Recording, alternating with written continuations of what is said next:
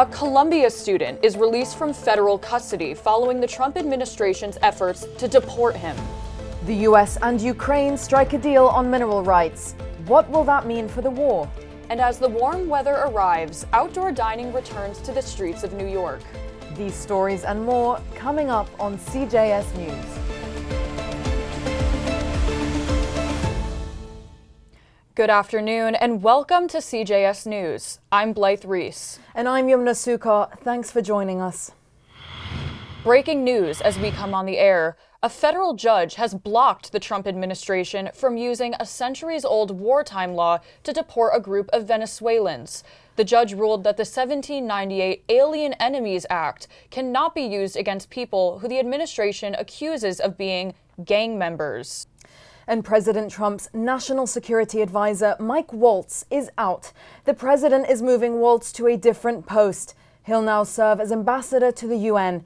Waltz has been on thin ice since last month when it was revealed that he added a journalist to a private chat on the app Signal. The chat, which included Defense Secretary Pete Hegseth, revealed plans for military strikes on targets in Yemen. A Columbia University student and Palestinian activist has been released from federal immigration custody. Mohsen Madawi was in the U.S. legally on a green card. He was detained last month in Vermont during his citizenship interview. Yesterday, a judge ordered him freed, saying, quote, "Offending political opponents or alarming the State Department doesn't make him dangerous enough to detain." He has made a very brave decision to let me out, and this is what justice is. And for anybody who's doubting justice, this is a light of hope, a hope and faith in the justice system in America. To President Trump and his cabinet, yes, I am not afraid of you. Madawi's immigration case isn't over. He's expected to appear remotely before an immigration judge sometime today.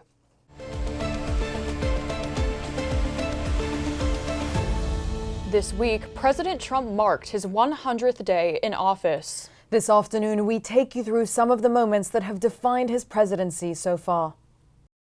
Immediately following his inauguration, President Trump set up the Department of Governmental Agency, or DOGE, to slash government spending. Within days, DOGE froze all foreign aid and fired nearly 6,000 U.S. aid workers. In early February, President Trump imposed tariffs on Mexico, Canada, and China. Later that month, he and Vice President Vance shared a heated exchange with Ukraine's President, Volodymyr Zelensky. The meeting was supposed to lead to a ceasefire. It didn't. In March, the Trump administration began arresting international students who protested the war in Gaza. Mahmoud Khalil, a Columbia University graduate and green card holder, has now spent 54 days in a Louisiana detention center. 1,500 students have had their visas revoked. Also in March, President Trump threatened to pull $400 million from Columbia University for what he says was a failure to protect Jewish students on campus. Columbia accepted the administration's demands and changed its protest policy. In April, Harvard refused to do that and sued the administration to reclaim $2.2 billion in frozen federal funds. Polling by ABC News and The Washington Post found that Trump has the lowest 100-day approval rating of any president in the past 80 years. Many Gen Z Americans are weighing in on Trump's first 100 days. They say they're skeptical of his approach to the economy, but still optimistic about their financial futures. CJS social media reporter Ruby Rohn has the story. When Donald Trump took office in January, he promised financial growth. Now it's been 100 days, and I'm going around Washington Square Park asking Gen Zers their opinion about their financial situations. I think I'm doing pretty good right now. I mean, prices are going up because of tariffs and whatnot, but I'm not directly affected by anything just yet. This month, the stock market took its biggest hit when Trump imposed global tariffs. The Dow fell over 2,000 points and the Nasdaq tumbled nearly 6%. Earlier this week, President Trump defended the tariffs to ABC's Terry Moran. Everything's going to be just fine. It wouldn't have been if I didn't do this. 30% of Gen Z say their finances have gotten worse over the past year. 27% say they've improved, and 43% say nothing's changed. Still, nearly 70% disagree with how Trump is handling the economy and inflation. I don't think Trump is necessarily worried about that. I think he's really worried about how to make the rich richer. America's youngest voters are watching closely and weighing the cost of the next 4 years. In Washington Square Park, Ruby Roan, CJS News. The Trump administration recently deported 3 U.S. citizens, a 2-, 3-, and a 7-year-old, along with their mothers. One of the children has stage 4 cancer, and the mom is now unable to get in touch with the child's doctors. Last month, the administration terminated funding for legal services to unaccompanied migrant children. The children appear in court in front of immigration judges by themselves. They are classified as unaccompanied minors, or children that come to the U.S. without parents or legal guardians. They usually stay in shelters. Without proper legal representation, these children are more likely to be deported. Several nonprofits are suing the administration to contest the terminated contract, but the impact is already being felt. And now to international news. Tensions in Yemen, Kashmir, and Ukraine. CJS reporter Carolina Pedrazzi is outside the Ukrainian consulate in Midtown with more. Carolina? Yes, Yumna, thank you. Just yesterday, Ukraine and the US signed an important minerals deal which will allow the US to access Ukraine's resources. But first, here's a roundup from conflicts around the world. First up, the Middle East. This week, a U.S. airstrike on a migrant detention center in Sada, Yemen, killed 68 African migrants and injured dozens more. The Trump administration says Operation Rough Rider has hit over 800 Houthi military targets, but civilian casualties in Yemen are mounting. Notably, a U.S. airstrike on the Ras Isa fuel port killed 74 civilians and injured hundreds more. And last weekend, a strike on a crowded marketplace in Sana'a, the Yemeni capital, killed dozens, although the U.S. has not claimed responsibility for it. The U.S. military campaign on the Red Sea has already cost the U.S. over $1 billion.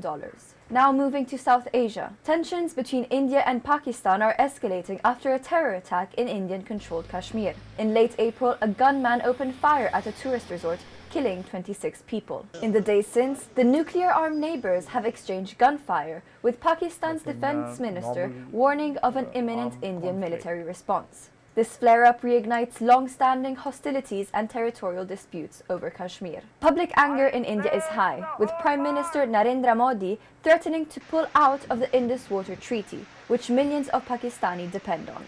And finally, the war in Ukraine. Russia earlier this week announced a 72-hour ceasefire in Ukraine starting May 8th, but Kiev has dismissed it as insufficient, following this year's deadliest Russian airstrike, which killed 12 and injured 87. Ukraine's foreign minister says true peace requires an immediate and complete halt to hostilities.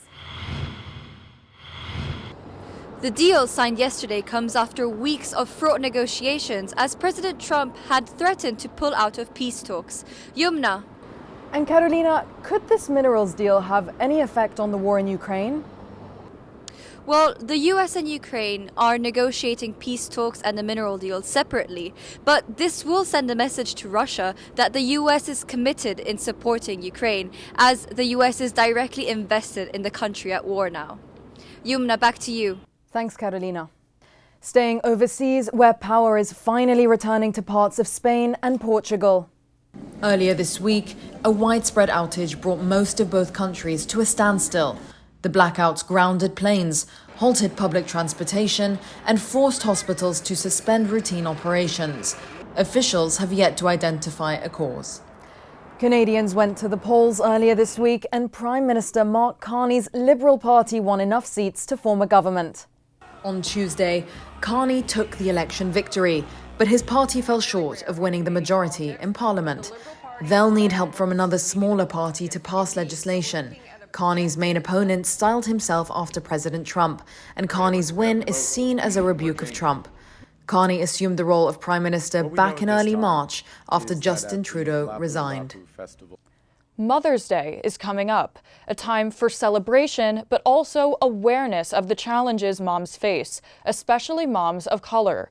CJS reporter Christine Stoddard is live outside Woodhull Hospital in Brooklyn with the story. Christine? Thanks, Blythe. One local lawmaker wants to change a troubling statistic.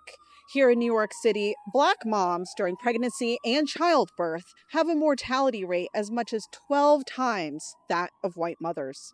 That statistic shocked Brooklyn Borough President Antonio Reynoso, especially since he's a dad.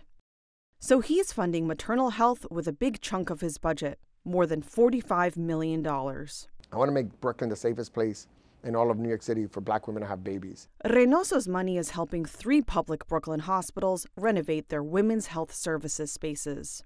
A total of $50,000 will go to several local nonprofits.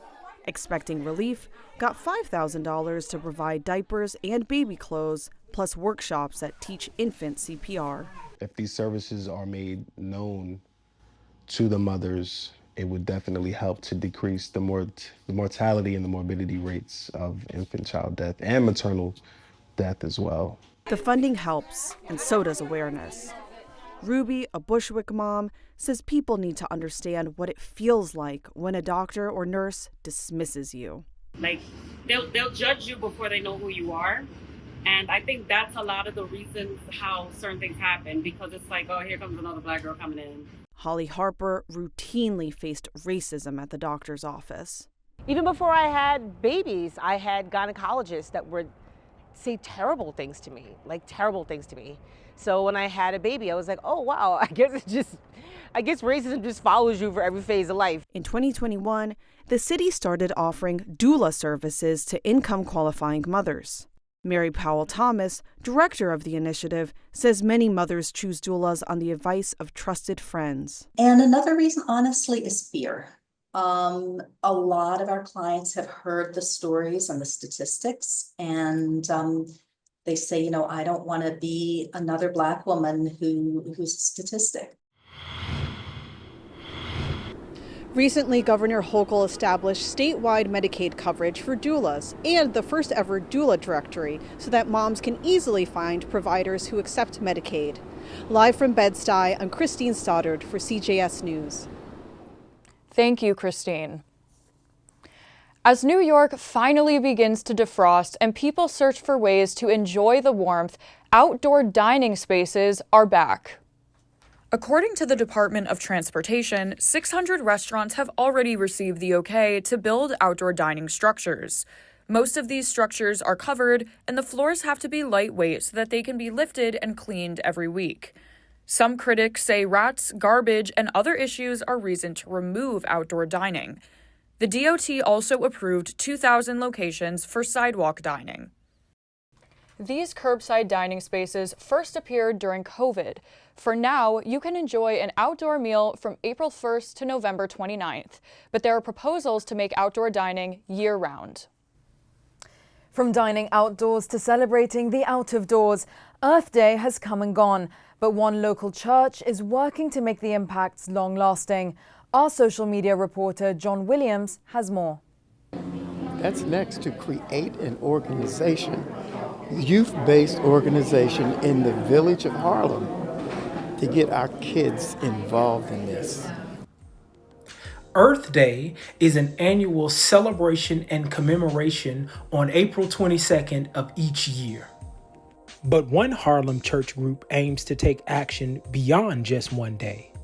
St. Charles Borromeo's Social Justice Ministry hosted its 4th annual Earth Day Forum themed Our Power, Our Planet. The group's goal is intergenerational environmental justice for the Harlem community. Organizers are also teaming with advocacy groups and local elected officials in support of New York's climate education bill and the Earth Bill introduced in the U.S. Congress.